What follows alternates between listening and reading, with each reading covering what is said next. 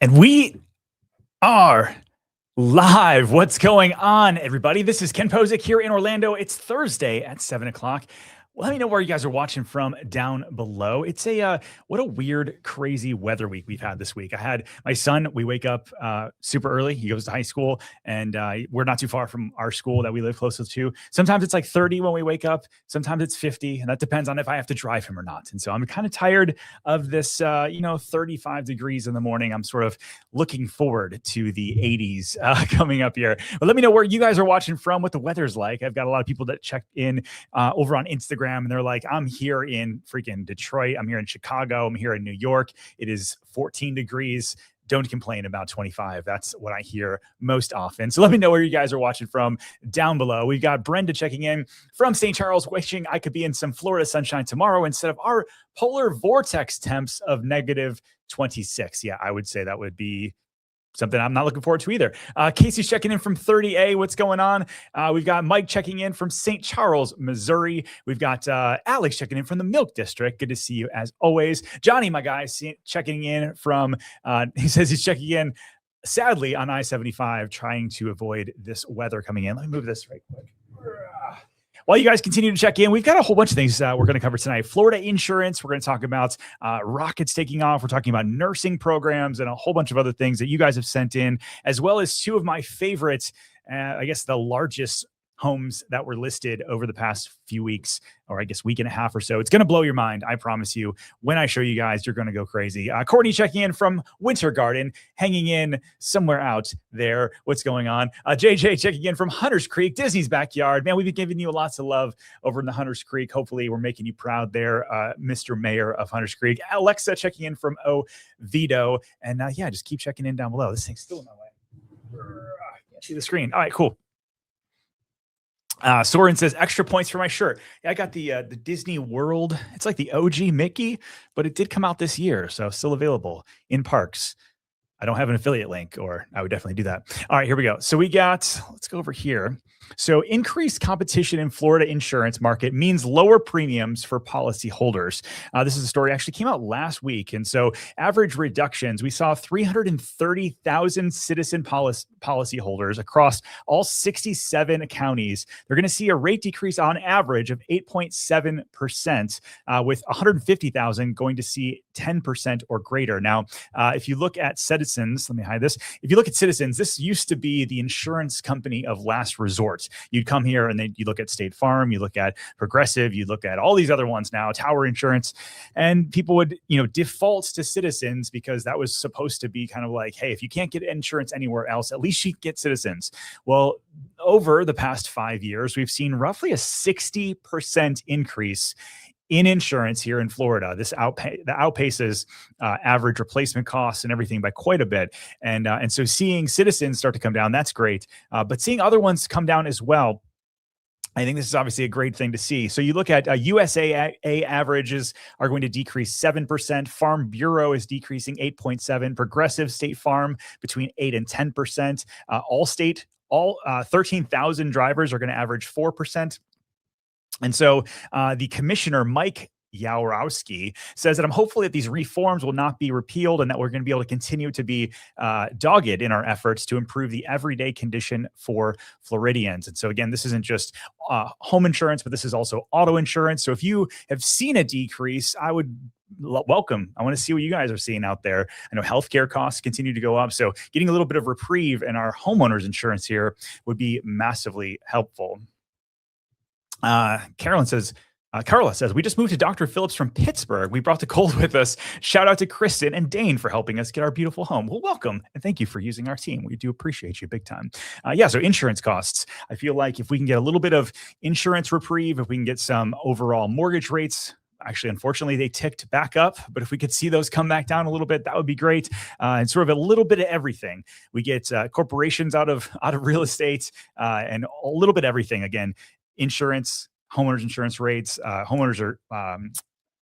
mortgage insurance rates rather coming down will make things a little bit more affordable.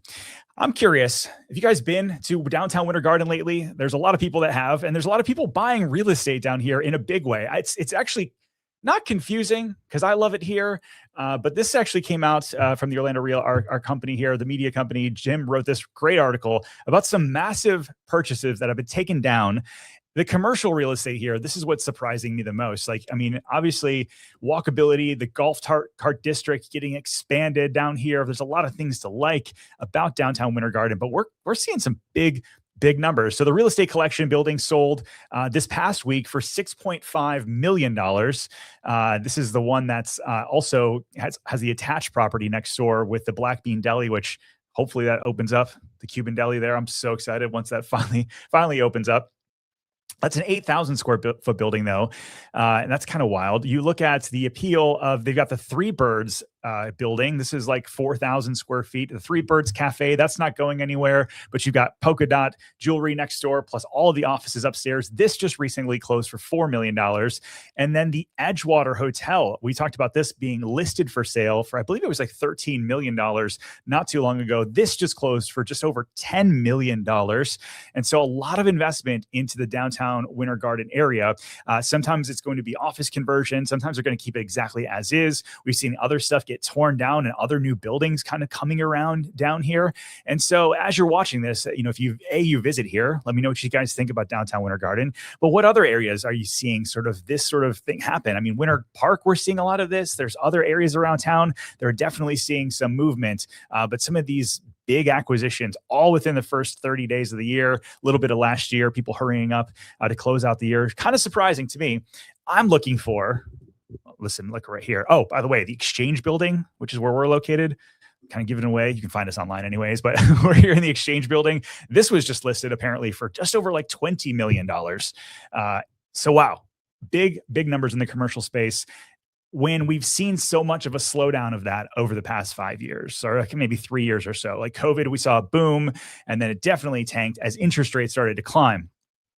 And so we are looking for a space. We're looking to expand. We're trying to do some other things. So if you've got like an off-market deal, maybe you're a commercial broker, or maybe you own one of these little mom and pop buildings over here, we're looking to buy something to expand the studios, expand the company, all that good stuff. So let's see. We got Dr. Sean says, did you see Pokemon attraction coming to Universal Japan? They said at some point it may be coming to the States. You seem 10 years or so. I did see that over on Instagram right before the show. I didn't get to dive in too much of it, or I would have brought it up here. But I don't know. What do you think, man? Pokemon?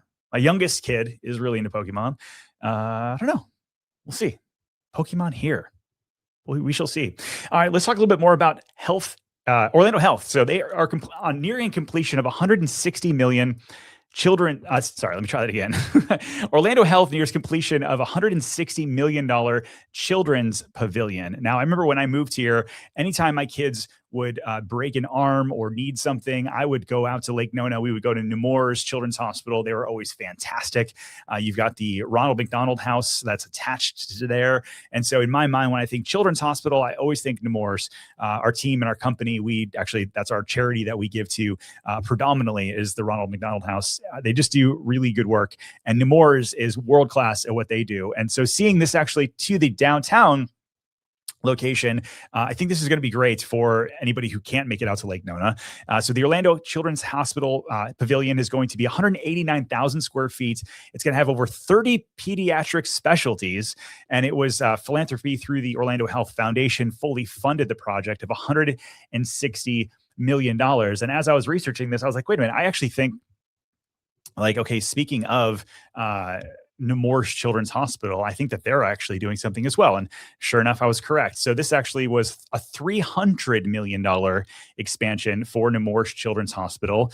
This is going to be all the way through 2028 or so. They're going to plan on building 75,000 square feet with an additional inpatient beds, observation rooms, increased space for imaging departments, and just sort of continue to improve that. And so one of the things folks ask often when they're moving here is how's the healthcare system? How are the hospitals? Is it easy to get in to see a pediatrician, or on and on?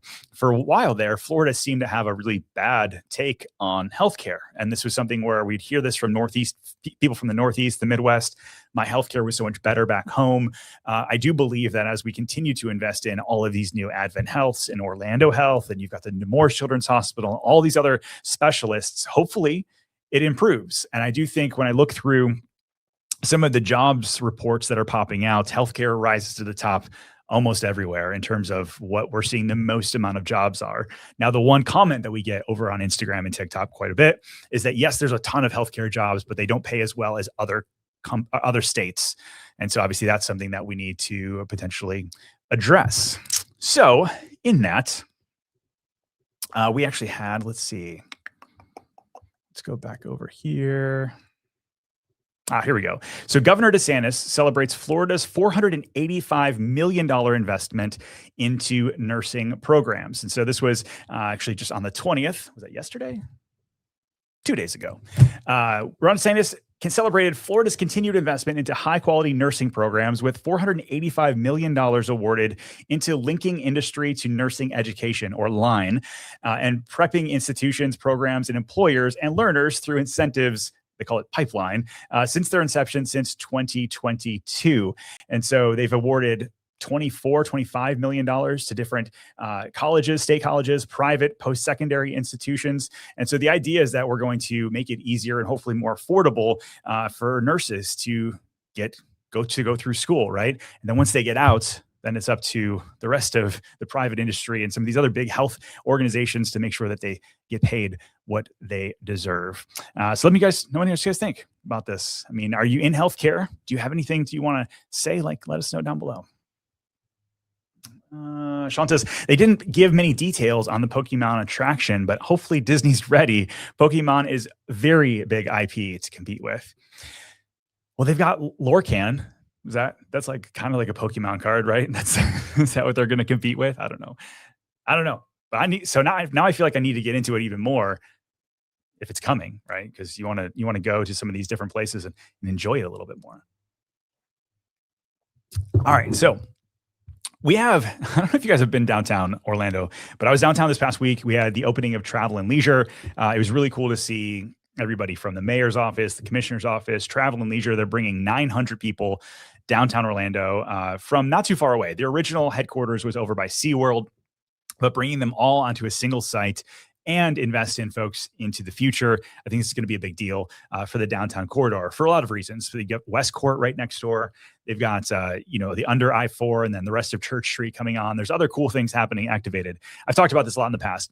But one of the things that downtown always gets me a little upset about is the parking. The amount of parking tickets that I have from downtown is more than I'm willing to admit. And the one thing I did not realize is that there's free it says park and free, a match made in heaven in downtown Orlando. I don't know if you knew that this existed, but this is, I think, exciting. So it says, drive here, dine here, we'll cover parking. Get up to 2 free hours of parking at any metered or non-metered parking spot in downtown. All you have to do is use the Park mobile code PARKDTO to spread the free parking love, and use the code up to 16 times per account with the Park mobile app. And promotion codes are valid for 24 hours a day, 7 days a week, and any amount owed in excess is the responsibility of the person parking. Now, I've been downtown more than 16 times for sure. I don't mind paying when I'm there. When I see the meter and I remember, then I'm on it. But it does seem like it's a little tough sometimes. So, Park DTO. Let me know what you guys think there. All right, so this is another story about Orlando and expectations for 2026. Now, we put something out over the past week where we were using some data from Wallet Hub and some other places, and people were sort of calling us out like, Wallet Hub, they're not as reputable as some of the other places. And so I started digging. I'm like, there has to be other places that are saying this. Where are they getting their data? And one place that we saw that they got their data from, which I thought was fantastic, was my friend Neil Hamilton over at the Orlando Economic Partnership. Now, Neil is he's the vice president of research and strategy for the OEP. And this guy gets to be a nerd for a living. It's great. And if you've met Neil, he's the most kind human he's a brilliant human. Anyhow, so 5 projections for the region's economy over the coming year. Number 1, they believe that based on UCF's forecast, they project that local employment will grow 1.3% in 2026. This is above the statewide rate of 1.8 and a national rate of 0.5%. This means that we're one of the biggest changes, one of the biggest improvements and growth sectors in all of Florida right now. This is outpacing Miami. This is outpacing Tampa, Jacksonville, all the other ones that you would talk about. And you might say, okay, well, that sounds cute. Where do they get this from? Well, there's a 152-page forecast from UCF's Metro Economic Forecast. And you can go through all of these things. I'll drop them in the show notes if you want to be just an absolute nerd and get into this. You can. And you look at what are some of the places that are seeing the most growth in overall, is it hospitality and tourism that's seeing the most growth in jobs? Is it, outside of that, retail, something like that? And this goes through all of these different places. And I think we're seeing the most of, yes, we're seeing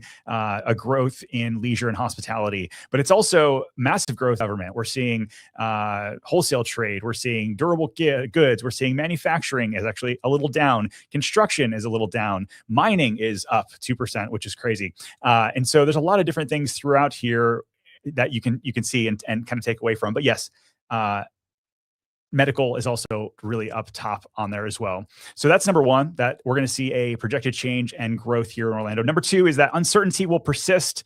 He believes in 2026, but the impacts will fade. They believe that consumer confidence is going to increase and business investments are going to increase, and job growth. You look at this is actually kind of crazy because when you think about 3, 4, 5, 6 years ago and what the job market was like. I mean, COVID, obviously lots of people dropped their jobs or lost their jobs. They got laid off in droves. And then you look at the overall line here. So they got in 2020, massive layoffs, 2021, lots of people back in the office, but then it's been on a slow decline in terms of new jobs overall. And so when you start to see net game payroll for last year and the Orlando MSA, it's not as exciting as some of these other years that had massive swings. And yet comparative to other markets, we're doing well. Number 4, he says artificial intelligence will play a role in the slowdown in overall job creation. Even though we're doing well and doing better than others, new job creation may slow comparatively to years past. And they believe that he was looking at the past 3 months of job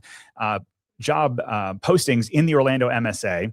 And you look at this track right here, if you're watching or you're listening to the podcast, seeking AI skills is basically through the roof. And even in our real estate company right now, we're hiring lots of different roles, and understanding AI at the very least, it has to be on the resume.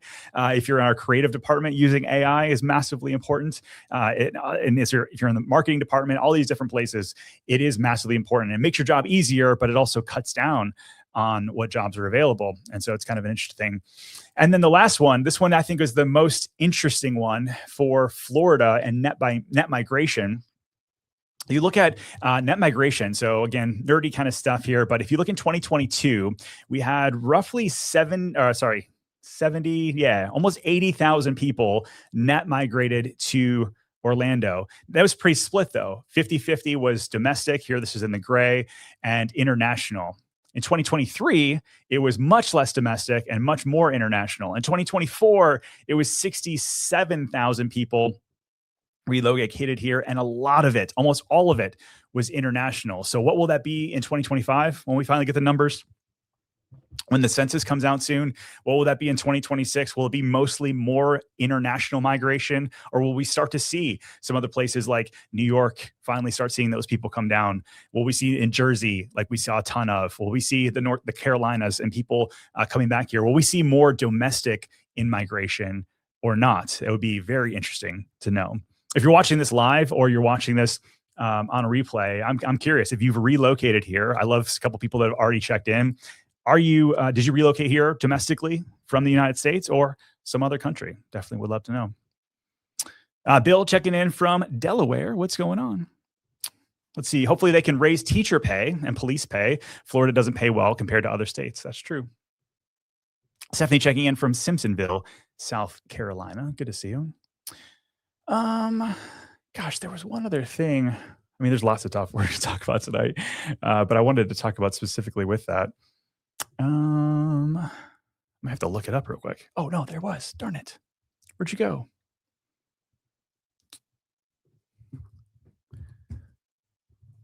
All right. So last week we talked about that kids under 5 had basically free admission to SeaWorld and a whole bunch of other places. And people were commenting, well, yeah, but what about the adults? They still have to pay. And I agree. You still have to pay if you're going to show up there. But one of the things I thought was interesting, SeaWorld Orlando offers Florida teachers free admission. So SeaWorld Orlando is offering Florida teachers free admission to the theme park. You have to have an active and certified K through 12 teachers can get a Florida teacher card, which is valid through September 3rd. And the pass does not have any blockout dates, which I thought was fantastic when I think about our hometown heroes, right? So the police, fire, teachers, nurses, all of them. I think that this is a brilliant idea by SeaWorld to attract them a little bit more. I know over in Cape Canaveral, the Kennedy Space Center was doing a lot of stuff for kids as well. So I think this is an awesome, awesome thing. Good evening, Ken in Claremont. What's going on, Perry? Good to see you. Have you guys heard of Alt Social? So this is something I've been following over on Instagram for quite some time. So it's a social fitness event. And if you check them out, they've got, basically it's a once a month sort of deal. It goes from 10 a.m. to 1 p.m.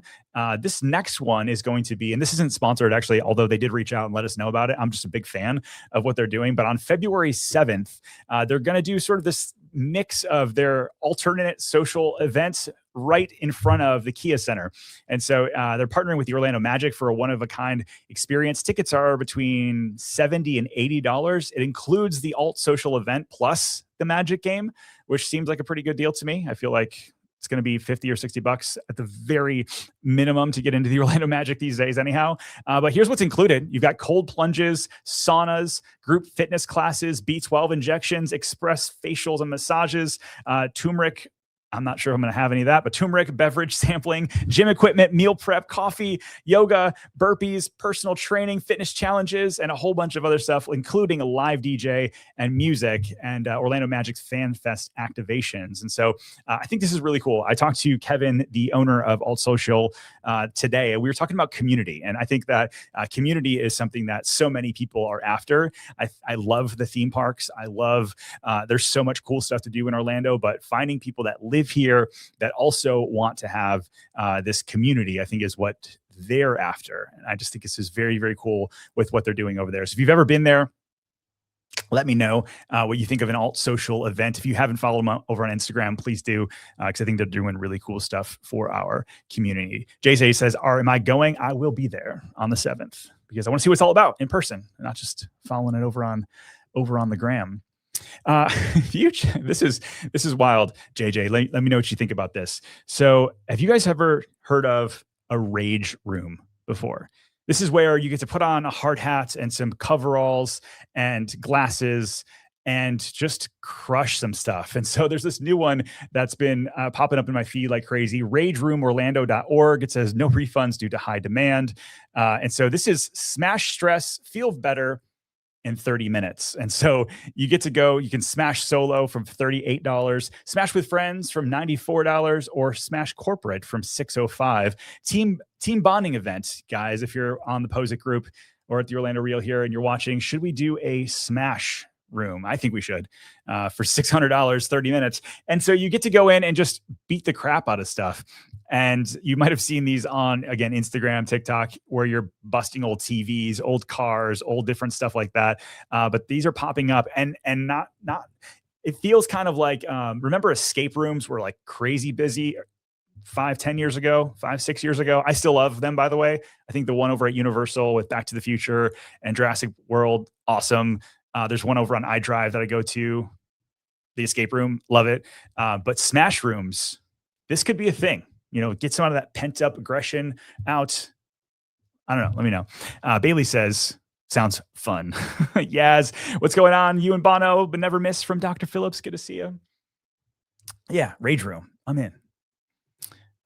Let's see. What else are we going to do? Let's go over to some real estate stuff. So there's 2 listings that popped up this week that blew my mind.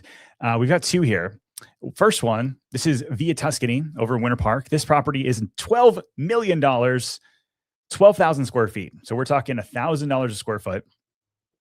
If you've never seen this kind of area over in Winter Park, gorgeous. This is from Acres Custom Homes, built in 2002, 6 bedrooms, 6 full baths, between 2 and 5 acres. Very Mediterranean, right there on the water. your own little gated oasis here. Let's see. Let's give some shout out to the listing agent. This is Nick Knight from Premier Sotheby's, OG over there in Winter Park, but $12 million. The other one, this one's kind of wild to me, $19 million. This is the highest listing that I've seen on the market in Golden Oak before, actually on the market. Now, I know there's been a recent off-market sale, according to public record, for $23 million, but this house is $19 million, 11,000 square feet, and that brings it to $1,600 a square foot, 10 bedrooms, 14 baths. Now, I have seen this property in person myself. The lot is insane.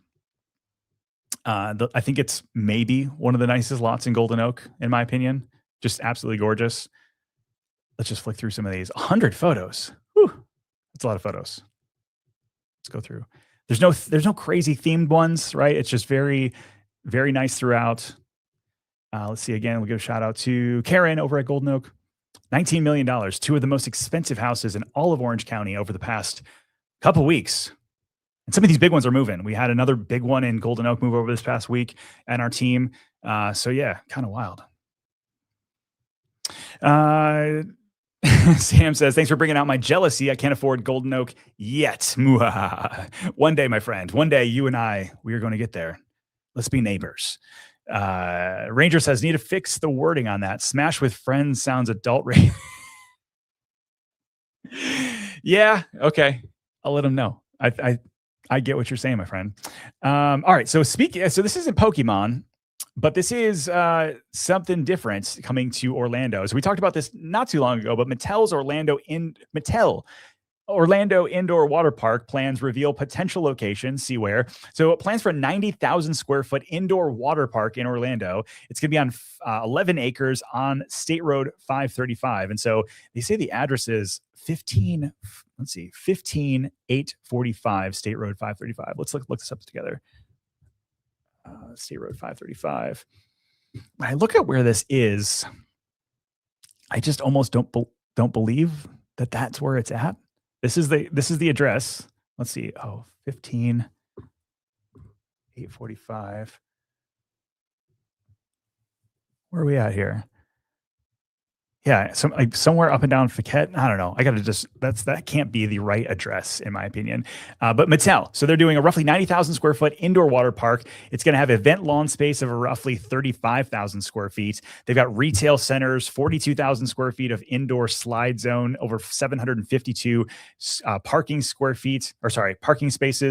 So I'm down with this. I love water parks a ton. I think there are like that 3 or 4, maybe 3 months of the year here in Orlando where you're not going to find me at Blizzard Beach or anywhere like Volcano Bay. You're not going to find me at a water park when it's below 80. And so indoor water park, I think, is going to crush here. I mean, it's something you can do year round. And I think the Mattel brand, obviously with the popular Barbie and everything that's happened recently, I think is going to do extremely well. So let me know what brand you think. So we got Pokemon potentially at Universal. Earlier we heard Mattel for the water park. What else we got going on here? How about this? Did you guys try, any of you ladies or maybe gentlemen, the Ulta Beauty World coming to Orlando? Tickets were available. This came out. We put this article out back on the 14th, but over the past week, past 24 hours, there was some drama with this. So let's lay the foundation of what this is. So the inaugural Ulta Beauty Week was in San Antonio last week. It was 1,500 attendees. They enjoyed a pro level tutorial, product reviews, all types of stuff. They get this bag. Last year, they said it was worth roughly $2,000. This year, they say it's going to be worth over $3,000. They had just crazy amounts of stuff. So 2026 event's going to be even bigger with 200 brands coming. Ulta websites value this year's bag of over $2,000. Although some people, I've seen this going crazy on TikTok, we're saying it's roughly $3,000. This is going to be over at the Orange County Convention Center, and tickets went on sale and people were saying, oh, it's going to be no queue. It's going to be crazy. There were like tens and tens of thousands of people trying to get into this event at Ulta Beauty Center. And apparently they sold out within minutes. And there's all this controversy of like who got in, who didn't get in. So let me know, did you get a ticket? Is this something you're stoked about? Because it sounds like they should have had like 10,000 tickets to this thing. Admission to the April 16th expo was $160. Plus processing, and then a combination for 2 different events. There's like an extra half a day event was $199. So yeah, I was getting texts like, hey, do you know how to get tickets? did you get any tickets? That kind of thing. And so I had no idea that this was even coming until now. It's all over the internet, both for people in Orlando news and from around there. So kind of wild. Joel says, "Hey Ken, if you had to move, where in Central Florida would you opt to live?" So like we live in the Horizon West area right now, and we love it. There's like so much to love about it. Proximity to parks, newer homes. There's finally more retail and restaurants coming. If I was going to move anywhere, it probably would be like that Winter Park area, though. If I was to move, that would have to get away from, unfortunately, have to traffic to the theme parks. We're at the theme parks all the time, and so that would be kind of a bummer. So probably somewhere in the middle. We have talked about one day we'd move to like Windermere. My dream one day, if I could do it and pull it off, would be to be like on the chain of lakes somewhere in Windermere. That would be pretty cool. But yeah, we kind of like where we're at right now. Bill says, "Can you talk about the new wave pool coming?" There's a few of them, but I think there's the first one that's going to be ready this summer. So if you're talking about the surf park, or are you talking about some of the other ones inside the neighborhoods, let me know. The surf park, it sounds like they're continually trying. Like they haven't just shelved it right now, but they're working through zoning and permitting and some other things, and it has slowed down significantly compared to what we thought was going to happen, which was potentially breaking ground last year. Speaking of Ulta, I clicked on it as soon as it turned 10 a.m. The queue was over an hour and it sold out. So basically sold out in seconds. I'm very bummed, Alex said. Yeah, that's what I heard. Bill says, yes, the surf park. So yeah, from what I hear, they're still continually trying to move on, but that property that they took down, which is over on Avalon and 429 area, in that kind of Horizon West area, it's just sitting there. They cleared the property. They took off all the junk and stuff that was there, but getting it rezoned and working through some of that stuff is going to be some time, it sounds like. Drop some more questions if you guys have them. We're going to go through a few more stories today.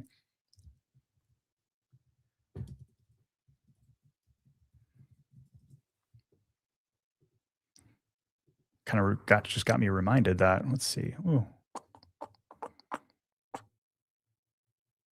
No, that's not here. Yeah, so there's like no news stories about it. This is kind of crazy. But if you guys know anything about the Horizon West Regional Park, we were just talking about it. So why not? It did open up this past week, and people were just like, "Oh, it's open." So here you go on the Orange County website. Summers, it's got open 8 a.m. to 8 p.m. Winters is 8 a.m. to 6 p.m., obviously because sundown and that sort of thing. But if you don't know where this is, we've got sort of Hamilton Groves right here. New Independence Parkway is right here. So if you're over in the Hamlin area, this is now open. This is right next to where the new library is going to be going up and around over here. And so, yeah, right now, looking at photos from folks that have sent it to me on Instagram, it does look fantastic. So right now there's just more tot lots and some playground equipment, but there is going to be so much more that will be coming to this. This is like a massive, massive regional park. Let's see if we can't find some more visuals for you guys. We need more of this in Orlando, if I'm being completely frank. Here we go. So you got playgrounds in. If this is like once it's built out, everything. A potential YMCA. The library is already coming. You've got unpaved parks. You've got dog parks, tennis parks, basketball courts, outdoor classrooms, canoe, kayak launch, splash pads, soccer, baseball, disc golf, restrooms. You got paved and unpaved walking trails, botanical garden, food truck area, farmers market space, and maintenance yard. So it's going to be, again, a massive once it's all built out over the next, call it, decade or so.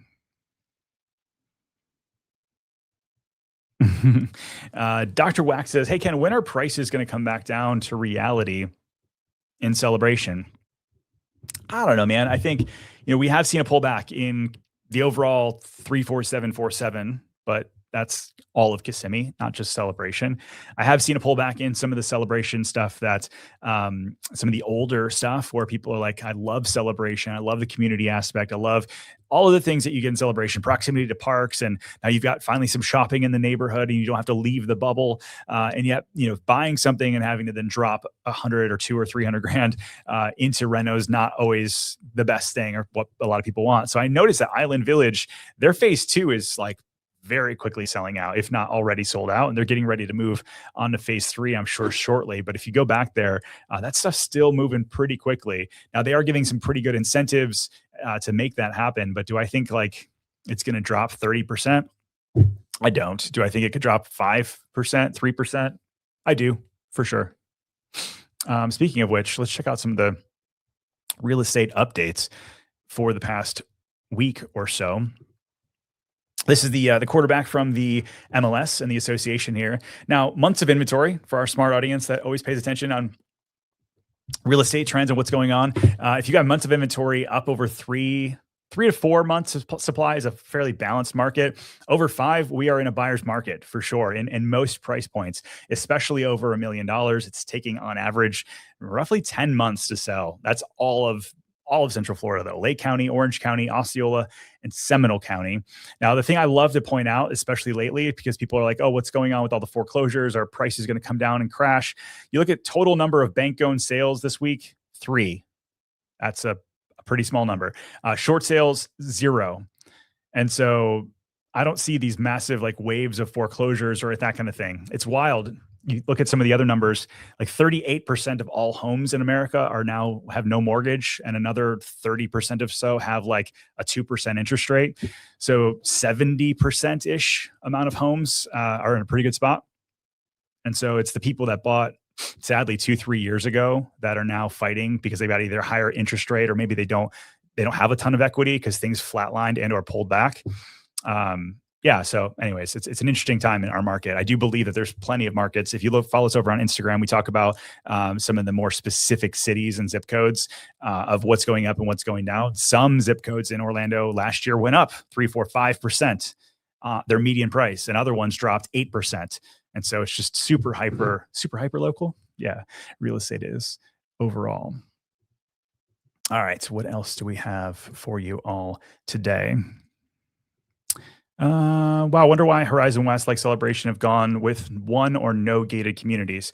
That's a great question, Sam. So Celebration, the roads are run by Osceola County. So they're not actually run by the city of Celebration. There actually is no city of Celebration. It's the town of Celebration, which is really just a master plan community, much like Horizon West. And so the roads in Horizon West are run by Orange County. And so the only way that you get gated communities are if they are privately owned and maintained roads. And so in those areas, they're just not. So you will never see like a gated section of Celebration or Horizon West, unless there's land maybe on Horizon West where they decide to take it private, and the road agreement is that they're going to take care of the roads. That means probably higher homeowners association fees, which is why a lot of gated communities have higher homeowners association fees, even if they're unmanned. And so the more you know. There is one gated community in Horizon West. It was one of the ones early on. So a lot of the houses were built 18 to 20 years ago. It's right off of Paquette and Reams Road, right where they connect over there. Little gated section. Not many houses, 20 houses or so.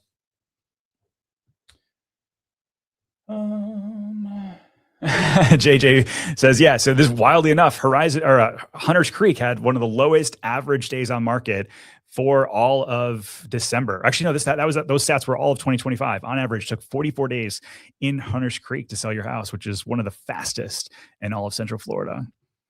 Sam says, nice. Now I know. Now you know, my man. What else do we got here? Here's another one. So groundbreaking of the Intercontinental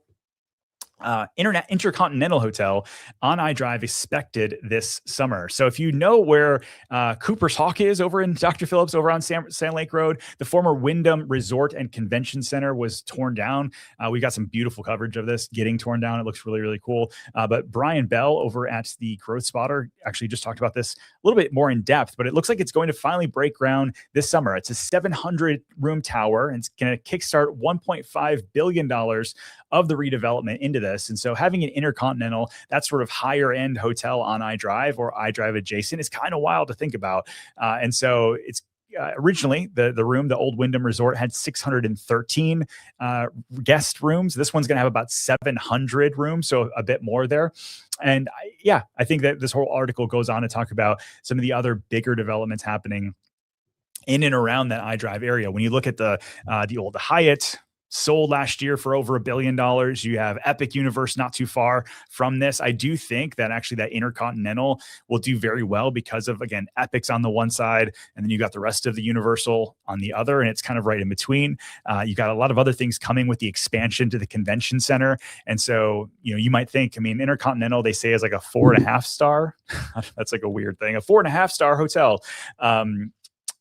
It's going to be beautiful. And I think the restaurants they're putting in there and some other things that they've got planned are going to be interesting for that iDrive area. I hope that it sort of lays the land and says, dang, okay, what other things can we do to sort of level that up for convention goers and locals alike? Some of my favorite restaurants are inside of some of these nicer hotels. And so, yeah, the more that come, I think the better.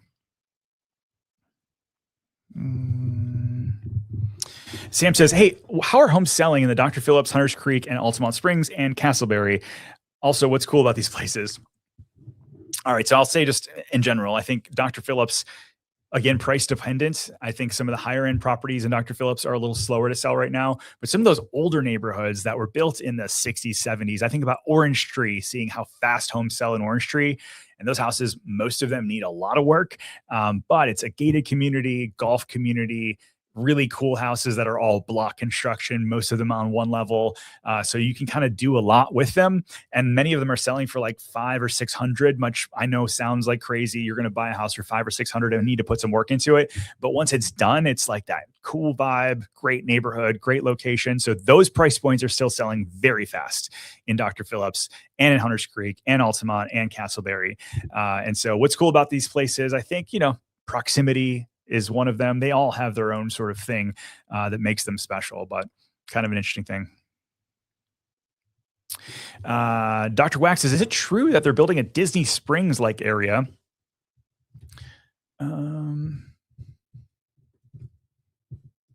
Is it true that they're building a Disney Springs-like area off of 192 across from Celebration? Yeah, absolutely. So I just went there yesterday. I drove by, and there's like demolition going on. There's signs up everywhere. But Dr. Wax, this is what it's going to look like. This is Ovation. This is the north here that's I-4. And then 192 would be sort of down even farther south than what this photo shows, even down past this way. So this is going to really, really change everything that comes over here. So they're going to have a retail district, mixed use in retail and entertainment.